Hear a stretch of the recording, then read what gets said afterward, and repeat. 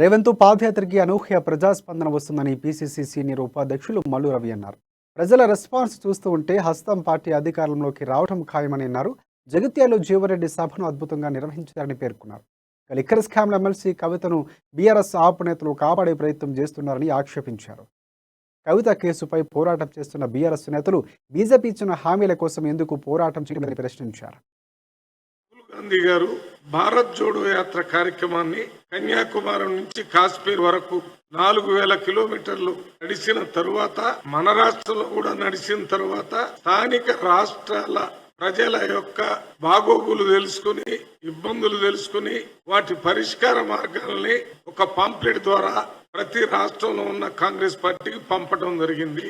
రాహుల్ గాంధీ గారు భారత్ జోడో యాత్రని కొనసాగింపుగా వారి అనుభవాల్ని రాష్ట్రంలో ఉన్న ప్రభుత్వాలు, ముఖ్యంగా తెలంగాణలో ఈ బీఆర్ఎస్ ప్రభుత్వం